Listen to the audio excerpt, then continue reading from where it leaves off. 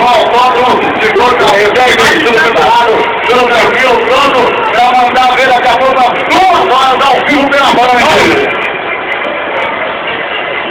Vamos!